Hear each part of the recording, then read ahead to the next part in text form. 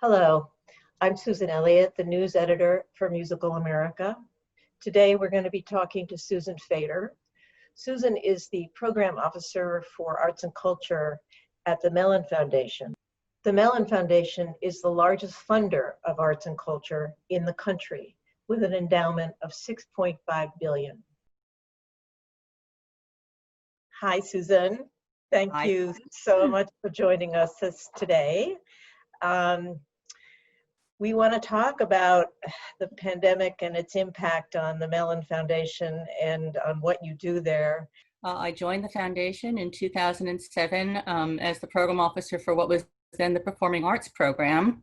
It was at the time a fairly delineated structure with an opera program, an orchestra program, a single choreographer modern dance program, and a theater program, which made it very easy for us to say no to people, because we could say, we don't do this, we don't do that. There had been a lot of continuity in the grant making over the years, particularly in the orchestra program, which was toward the end of a 10-year initiative that was funding the same 12 orchestras.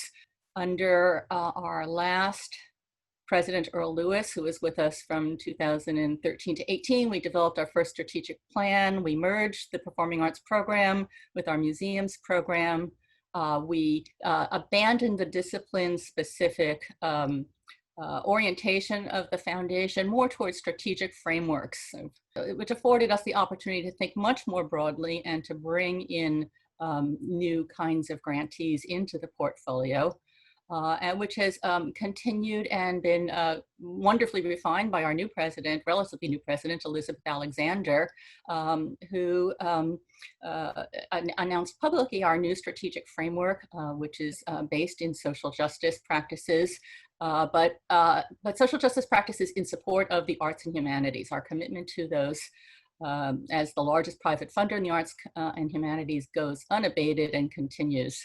Possible to have a social justice in orientation and be artist-focused and artist-centric. And I think about our new work in opera and the opera companies that are doing opera new works, you know, are talking about prison incarceration, wrongful incarceration in prison reform and trans rights and, you know, the Central Park Five and opera. The relevancy of opera, I think, is really strong. And so it's possible to support opera and still have a social justice focus. And we are not saying to them, you have to commission this work by that composer. They are coming to us with their ideas.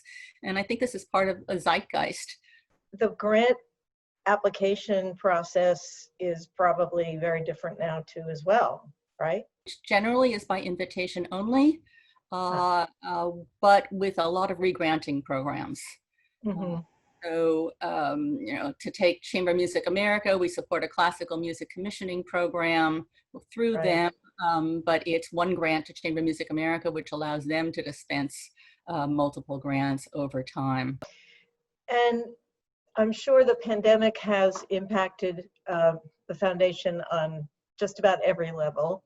Yeah, you know, the pandemic, of course, hit our endowment like it hit everybody else's. Fortunately, that's recovered over the last couple of months, but our trustees were absolutely remarkable in the flexibility they gave us right at the beginning of the pandemic. And the first thing they did was to allow us to convert some of our multi-year grants that had been, you know, for types of projects and initiatives into general operations. And we said, trust our grantees, they know what to do, they need the money now, their doors are shut, they can't perform, we don't want that money sitting there. So that was the first thing they did. The second thing they did was to allocate, allow us to allocate $30 million to spend between our March and June board meetings. So we all come through our budgets, we decided what could be postponed, what didn't make sense when you couldn't travel, when you couldn't perform, what could we do quickly? And from that, and then from our presidential funds, we created a number of emergency grant programs. There was a New York City COVID-19 response program that was with many, many other New York City-based funders. There was the U.S. Artist, that was a $10 million infusion from Mellon. There was the U.S. Artist Relief Fund that was run out of U.S. artists in Chicago. We contributed $5 million to that. We created the Regional Arts Resilience Fund, which was modeled on the New York City COVID program for small and mid-sized organizations. On top of that, our trustees, along with Ford Foundation and MacArthur and Doris Duke and several others, decided that this was not a time to hold on to our corpus, that we should be releasing more funding. So on our base grant making budget of $300 million across the foundation, we've added another $200 million for calendar 2020. So Dance Company B gets in touch with you and says, we have your funds, and now we would like, instead of using them on commissioning a new piece, we need to use them to fix for general operations. We don't need, we are trusting the grantee in this, and this is general operations. And Mellon tends not to do general operating support. Right. We like to think of ourselves as an incubator and a catalyst, and that the work that we are trying to catalyze or change happens over multiple years. So these are large grants and over multiple, as I say, multiple years. So we are trusting them to sit on those funds. We hope some of it will earn a modest degree of interest over time, because these are 6- and 7-figure grants. Right. And so organizations can use those now, not specific to the purpose they originally applied for. Is that right? Mm-hmm. Take Carnegie Hall, the National Youth Orchestra 2 is not going to be able to meet this summer in person, so they have converted some of those funds so that the work can happen virtually, and that they can, and they will reserve the other 2 years of that grant for what we hope will be normalization of activities by next summer. And again, the flexibility of a multi-year cycle is if a grant involves, say, touring activities, we understand, or travel, we understand that that we will have less of that money being spent in the first year and more of it being spent in the second and third year of a grant. How has the pandemic impacted the Mellon as an organization internally? Well, like everyone else, we instantly went home and started online work. Zoom became the norm for us. We hadn't been using internal communications like Teams, and we are now all Teams experts. But by and large, the kind of travel I would have been doing regularly pre-pandemic, there's no reason to do that because the work I would be going to see is not happening. So we're doing much more on Teams, on Zoom, I would say, than we would be during email. I'm very conscious of the fact that people need to connect. The Arts and Culture team is variously located in New York and North Carolina and Arizona and Kentucky and Australia at the moment. So it makes for interesting timing of staff meetings. We're going to be looking at new business models. We are going to be helping organizations think through those. What is future forward? What is possible in this new world? I think we will be trying to help people right size. And I imagine there's going to be more collaborative work. I think there's going to be some consolidation. I think there will inevitably be closures. And we have precedent in helping certain companies close gracefully. The Merce Cunningham one is the great exemplar. When before Merce died, he made the decision to close the company, and he wanted to do so gracefully. And he did so with Mellon's support in documenting the legacy and in helping the dancers transition. And I think a good funder is thinking systematically about all of these things. We want to try to help organizations through that, with brain power, even if not with financial power. And whose brain power? Yours?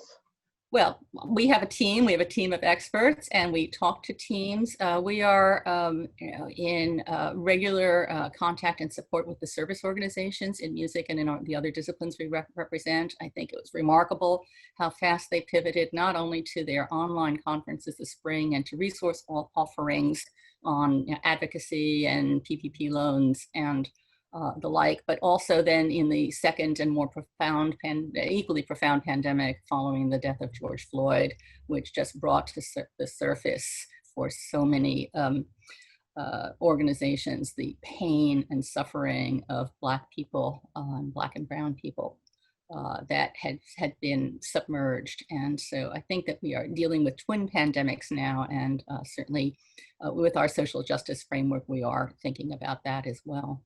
How does that manifest? In other words, does it mean that Orchestra B will now need funds for creating more fellowships for Black and Latinx folks. What does that mean?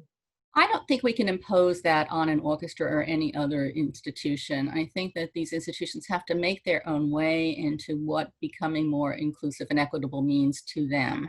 And it includes programming, it includes staffing, it includes board representation. I think we are looking for leadership in this, and we are looking for exemplars, and we are looking for authenticity in this. And those organizations that were already on a path to such work have a head start.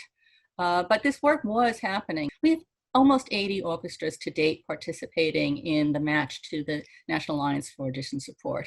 And I think this is a very encouraging sign, even in the knowledge that this is long-term work and you are not going to achieve anything approaching a reflection of the demographics of our society in the next year or 2 years or 5 years, but over 10, 20 years, over next generation, especially as musicians retire and openings happen.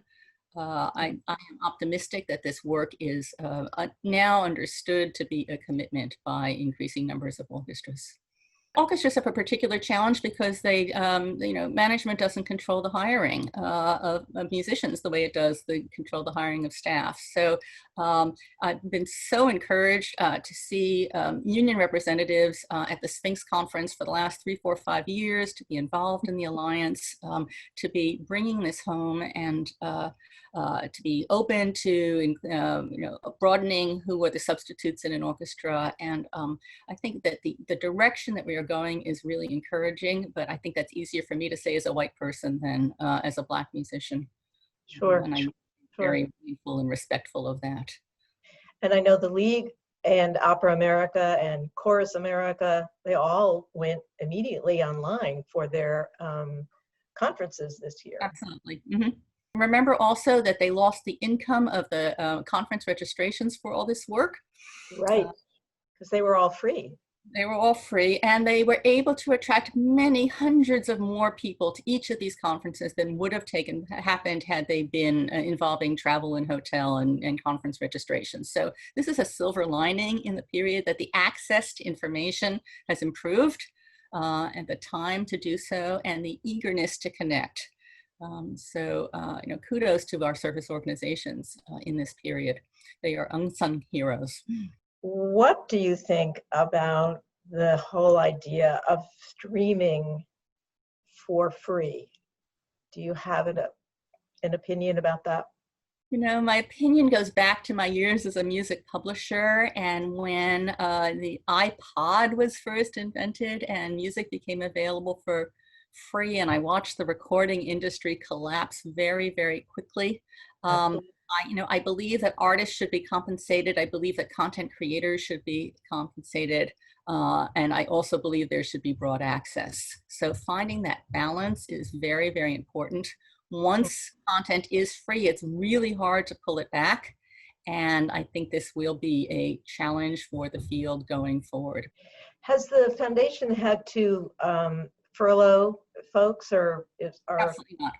No, we are very, very fortunate that, we sit on an enormous endowment, and it's being used. The arts and culture team is variously located in New York and North Carolina and Arizona and Kentucky and Australia at the moment. So it makes for interesting timing of staff meetings. Do you have any specific advice that you would like to give the field, our colleagues? I would encourage arts leaders to be transparent, to be collaborative, to know they don't have all the answers, to do multiple scenario planning, and to be leaders in catalyzing change, because anyone that thinks that we are going to be back to some old normal, I think has got their head in their sand, and that this is like a forest fire, and as soon as a forest fire is over, even among the embers, new life emerges. And I think that the new life that is going to emerge out of these dual pandemics will be more aligned with the demography of our country and the values of our country, and that there will be a role for art in that future. And I find that exciting. And that's easier for me to say when I'm not worried about payroll and rent and all the things that an arts leader has to do. But to the extent that they can make space to think about vision, think about beyond the moment into recovery and resilience, I think the healthier the fields that we represent will be.